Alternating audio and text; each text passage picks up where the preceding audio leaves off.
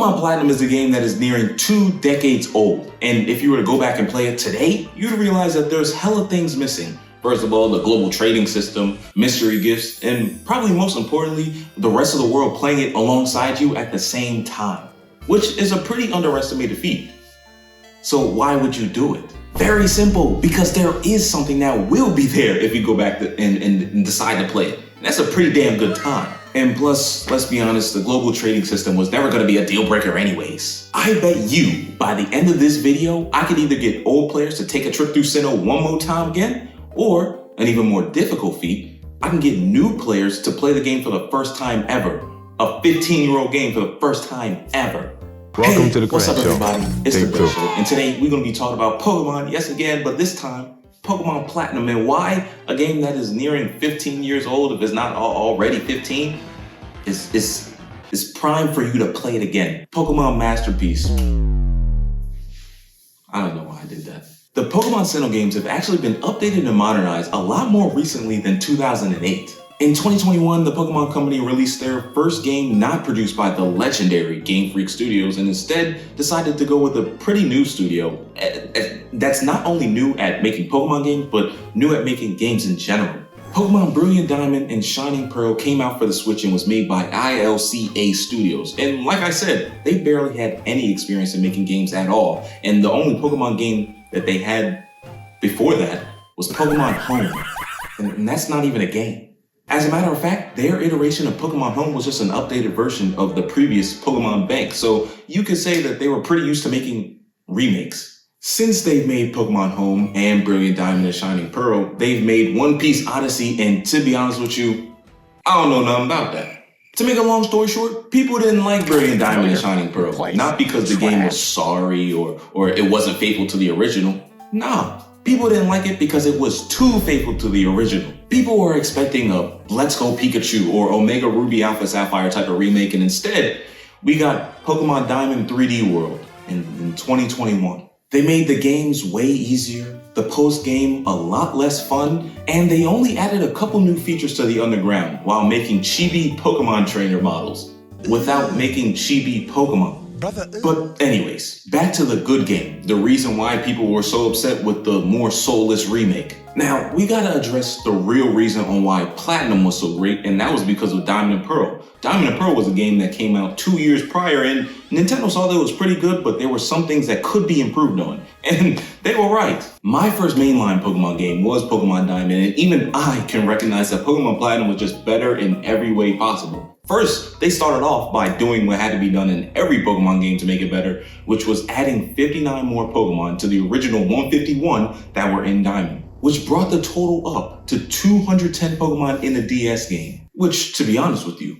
is a great first step for improving a Pokemon game and honestly should be the formula going forward. While also adding in a whole bunch of new Pokemon, they got rid of the barrier between the Diamond and the Pearl version exclusives that came out 2 years ago. So you could get Pokemon like Giratina and Rotom pretty early, and then all the version exclusives that, were locked behind a cage for some reason. Which is just another reason to forget the global trading system that you wouldn't be able to access if you were to play the game now. And them adding all those new Pokemon to the game not only switched up the way you played Pokemon, but also switched up the way Pokemon played Pokemon, because the actual Pokemon trainers and gym leaders and Elite Four members were actually allowed to change their team. So for example, Flint, the fire type gym leader, the fire type Elite Four member who didn't have a fire type on his team before, has an actual team of fire types. Like it's kind of self-explanatory, but they did it. And unlike the 2021 Switch remakes for the Sinnoh games,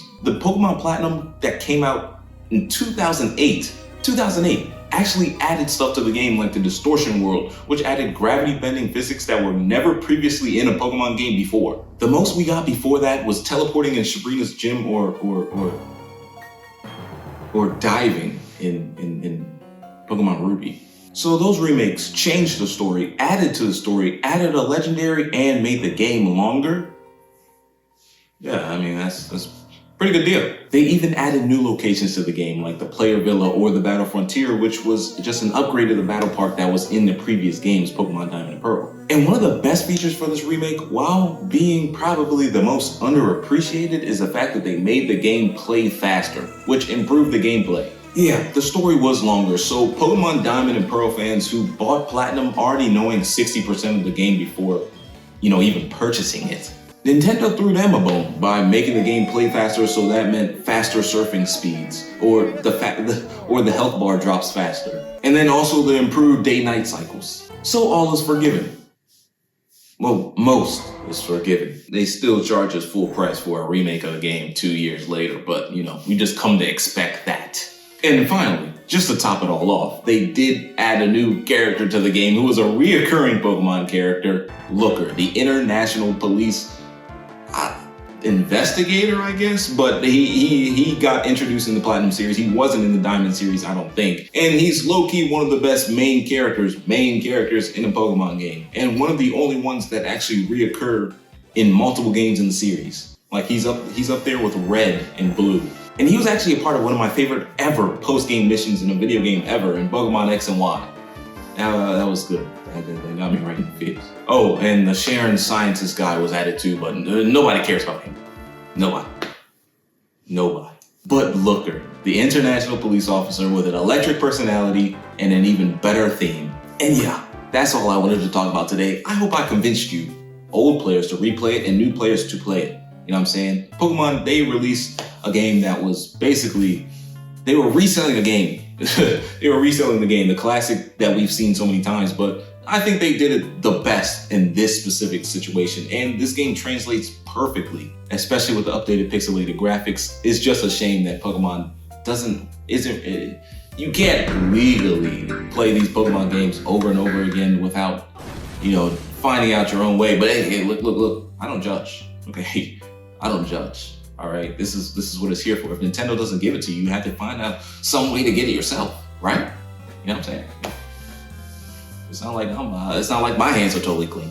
But yeah, this game translates perfectly, especially with the higher levels of difficulty, the more Pokemon. It's just a super polished game and one of the most polished Pokemon games we've gotten in a long time. And after the release of Pokemon Scarlet and Violet, they were good games, but some people in the fan base miss that polish that we used to get so often.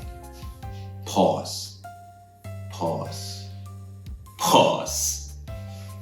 No diddy. So yeah, thank you for watching. Thank you for tuning in. Thank you for spending this time with me. If you liked what you saw, there's a lot more where that came from. Thank you for stopping by the Bread Show. You are now leaving the Bread Show. Spread love, give inspiration in all you do, and peace out. Welcome to the Bread Show. Take 2.